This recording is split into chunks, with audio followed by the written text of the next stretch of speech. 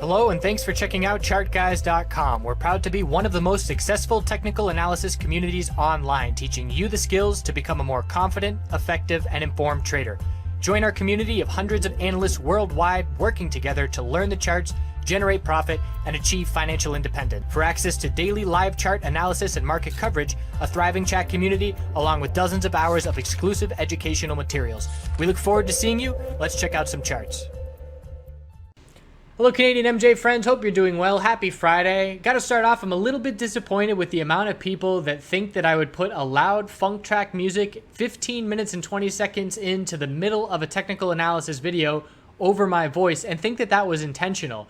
I make thousands of videos a year and we have to accept that there are mistakes every now and again, and I appreciate the people realizing that that was a mistake and the people yelling at me for loud music over the technical analysis. I just have to laugh and fight the urge to troll those people and pretend that I did do it on purpose. Anyways, first things first, here is a form on the FDA asking for comments about potentially rescheduling marijuana. So I'm going to put the link in the description of the video. Take the 2 seconds, please, and fill out a comment. Can it help? Yes. Can it hurt? No. That's all of the information you need to know. Is it likely that it makes a difference? Maybe not. But they only have 2,600 comments at this point, and we can easily get that up over 5,000. So it can't hurt.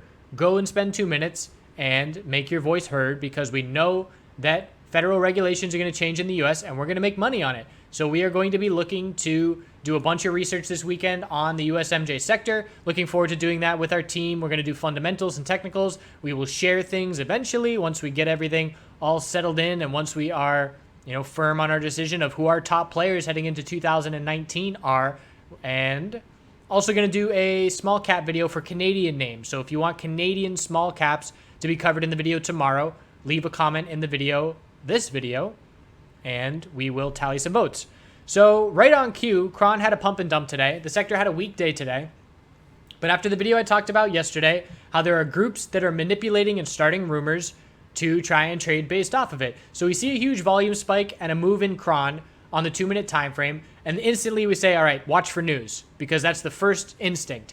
Someone then posts on Twitter a post of someone saying, Cron rumored to be in talks with so-and-so tobacco company. My first question is always, who is that Twitter handle? I have no idea who that is. Why is there any legitimacy to this rumor? And the answer is the legitimacy to these rumors gain traction by social media sharing. And it all depends on if they get picked up on social media or not. This is now, they're running out of playbook. They're running out of plays in their playbook in terms of these groups pumping things. Because now we've seen it with Pepsi, we've seen it with Diageo, we've seen it with XYZ company, this tobacco company, that company. It's just such a similar play. Let's take this company, let's buy the shares of this Canadian MJ company, and then we'll put out the rumor that they're in talks for an investment deal. And because we know investment deals are coming, these rumors are gaining traction. This was an all-out pump and dump. Someone needs to tell these groups that they should probably wait for the bullish pumps when the market is bullish. Because one red flag for me was that Cron pumped for 4 minutes and gave it all back 6 minutes later. That's obviously huge red flag number one for a pump and dump. And number two, nobody else individually followed the rumor. And in the past, we've seen a rumor come out and we've seen the names that don't have deals yet. We've seen APH, ACB, everybody go up with that action, and likely because it was a more bullish day and a more better timed pump. This one was a terribly timed pump. Anybody that acted on it, unfortunately, got absolutely smashed, especially if they didn't have any exit plans. The bottom line is, at this point, unless it is a credible source, ignore these rumors of deals, because they are, again, every single time the market is hearing them now, you can see it's less and less significant of a reaction each time. And this almost looks like the final dud of a rumor getting any reaction. And it's now going to have to be either legitimate sources or concrete information and deals to see the market react significantly to them. So heading into the open today, from the video yesterday, and if you have not watched the video yesterday, I highly suggest watching it heading into today, because having a timeline of continuous events and watching what we were looking at yesterday, how it played out today, and allowing for that to give a clear setup. So we had CGC and we said we're watching the hourly equilibrium pattern, and we had the low, high of the bull move, lower high, higher low held by 20 cents. This morning we had a bear break. That was the first red flag, but it didn't have any follow through. We broke bearish below 48.50 by 8 cents. That's not a significant break. And when you have two support levels this close, 48.30 and 48.50, I default to the lower support level for this exact situation. We broke one support, we held the other one, and then the bounce came. And it was just a perfectly orchestrated bounce. Shouldn't say orchestrated, a perfectly timed bounce in the sense that SPY had a solid bull bounce at the same time, and Kramer on CNBC suggested buying CGC right at that time. And let's see that Kramer pump on the 2-minute time frame. What did it do to the price? It just did a complete V-shaped recovery, break support, complete turnaround, trapped some shorts without a doubt, and then just faded for the rest of the day. So what that did is give us just an hourly lower high. That bull reaction to Kramer this morning and to the market bulls gave us a lower high at 51.21, and then we came down and broke support. Very clear equilibrium bear break. As soon as that equilibrium breaks bearish, I take a step back. If I'm not playing the sector bearish, which I wasn't today, I take a step back and I say, I'm sitting on my hands. I'm not going to be trading much today. I did end up flipping CGC twice on a couple of these little bounces, but I'm waiting for more clarity in this sector because a monumental event has happened that the market was waiting on, and now we're getting the reaction after that. I'm going to wait for the dust to settle a little bit. I'm going to be a little bit more patient and wait for more clear setups. So this was a very clear setup for a bear. If you went bearish at 48.30, very easy move to the downside all the way to 45.43. Again, even if you don't capture that whole move, it's still a very easy 3%, 5%, and it was just a straight dump to the downside. We did see the hourly RSI get oversold, and it led to an hourly oversold weak bounce at the end of the day. And basically what the end of the day showed me is indecision. It's a bear flag on the hourly time frame. Look at the bear volume on the way down compared to the bull volume on the weak bounce attempt. So we could absolutely see this bounce continue into Monday, but it's not anywhere near clear enough for me to want to establish a position. I want clarity, and this setup is not clear. So if we see a break of 45.43, it's just another leg down, and we're looking for hourly oversold. If we were to see a gap down open on Monday, I would be interested in looking to play an oversold bounce. The way that I foresee things playing out, I'm trying to think right now on the fly of how to best organize this. Let's first go to the daily time frame and the weekly, longer term for CGC. So CGC is a very clear bearish reversal candlestick on the weekly. To maintain the weekly uptrend, 44.90 is the most important support level. That's potentially in play this coming week. So 44.90 is a must-hold level. We lost the daily uptrend, as far as I'm concerned, in terms of losing these two support levels of 46.42 and 46.52. So we broke those support levels, and you can see if 44.90 breaks, look at the lack of support down to 40.68. So 44.90 is the holy grail in terms of short-term key support levels due to the lack of support below that level. Very clear pullback, obviously, on the daily. We will see a solid bounce eventually, but again, with no short-term catalyst for the sector right now, and with the S&P 500 continuing to show weakness, don't forget that S&P 500. Let's look at that real quick. So S&P 500... we had the weak bounce attempt. We had the all-out dump a couple weeks ago, a weak bounce attempt, setting a lower high on the daily. And at this point, we are looking for a higher low to form before the low of the dump originally. But look at all the red and look at the green. It's not a strong bounce. The bears have the upper hand right now in the S&P 500, and that is going to have a potential negative implication on CGC. And if you looked at the correlation between CGC and SPY the last hour and a half of trading, there were some significant correlations between the two. Either way, SPY is breaking, or I should say CGC is breaking some key supports on the daily, and the question is, first thing Monday, can we hold the low of 45.43 and see further bounce? Anything on the hourly below 51.21 is a lower high. This hourly trend is not going to change anytime soon. Even if the bulls do show up Monday morning, we are likely, very likely, to set a lower high compared to 51.21. So support, again, 45.43 and very key 44.90. Those are important. As soon as we broke bearish on CGC, the sector followed along. So again, CGC is still the sector leader. We had the video yesterday talking about how CGC and Cron had a similar hourly setup, and those hourly setups were going to break first, and they were going to dictate momentum to watch APH and ACB's 4-hour setups, which are going to play out longer term. So Cron had a fake out on the hourly, and unfortunately, anybody that acted on that bull pump, we had a bull break of 11.16 to see an hourly equilibrium bull break, but it was only specific to Cron, not the sector leader CGC, and it lasted 4 minutes for that bull pump. And it was just a fake out. We broke support. 1050 breaking was bearish, 1045 breaking, 1012, all of these bear breaks, and the daily time frame right now is still heading back down. 868 is the must hold level, and on the weekly chart for Cron, we have our high, low of the consolidation, lower high,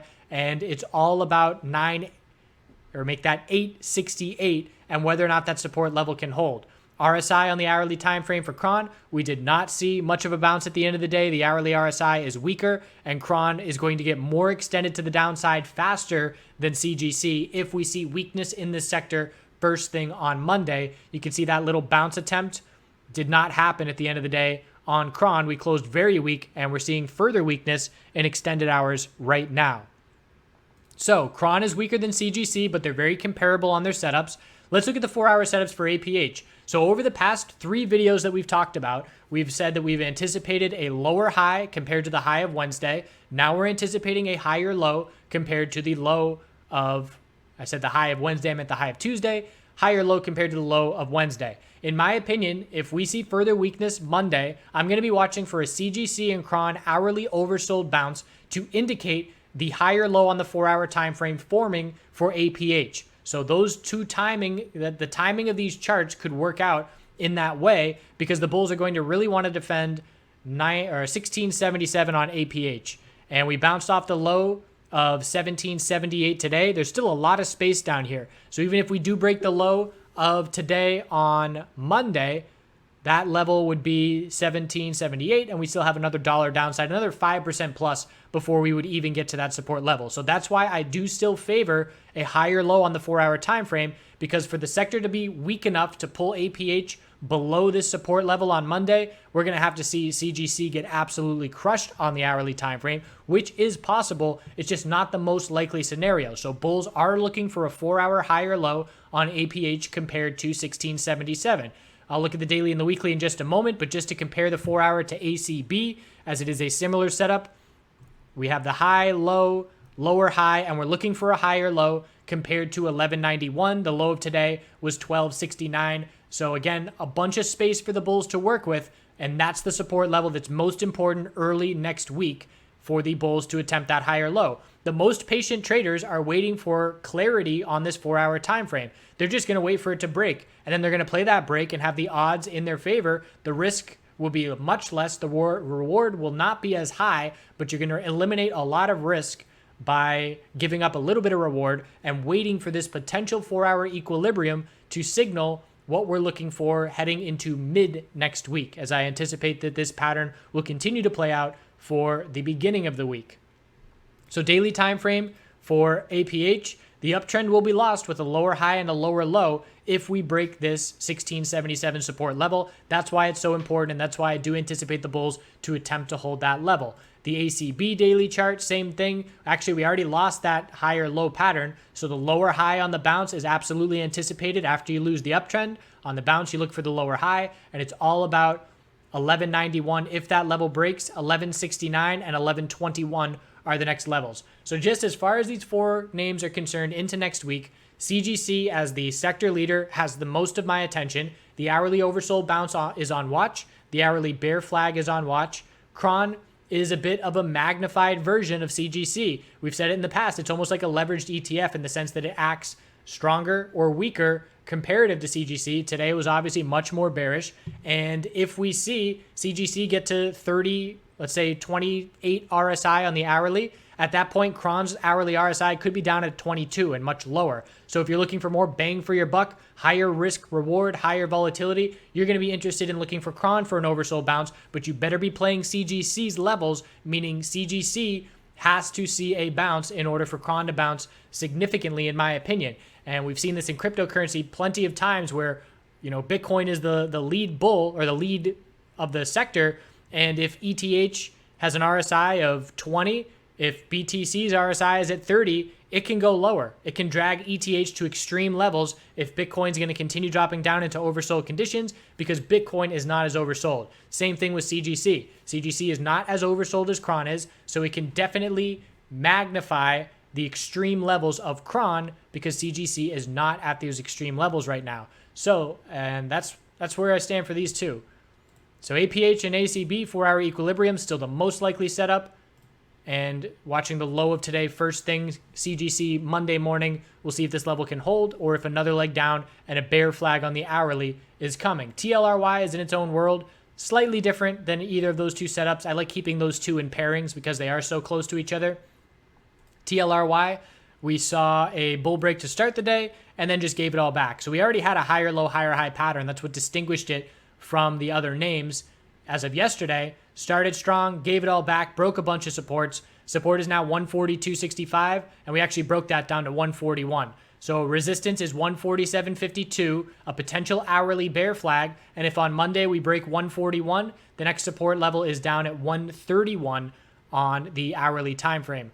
So bears in control of TLRY as well. Daily time frame shifting momentum a bit, and 122.13 is the most important daily support level on TLRY. So I'm personally all cash at this point, as I normally am, and going to be looking to potentially invest in some US names in the near-term future.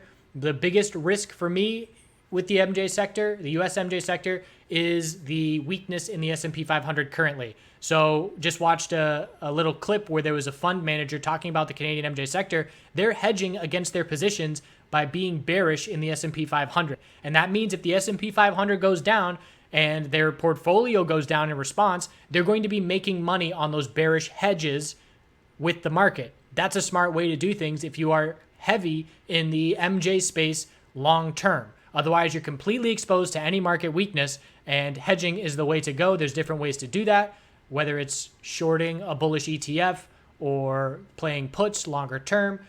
That's for your own research and decision making to do. So that's where we stand on these names, and going to get exciting next week in terms of opportunity for volatility on bounces, opportunity on APH and ACB, potentially breaking a tightening range. Still need that higher low on APH and ACB to be confident that 4-hour equilibrium is coming. But we know an oversold bounce is going to be coming on CRON and CGC eventually. It's just being patient, knowing that there's no short-term catalyst as far as, next week goes, and being patient. So I appreciate you watching. Again, comment on the video as to tickers you would like covered in the video tomorrow, and click this link and leave a comment. Hope you have a good Friday and a good weekend. We'll see you soon.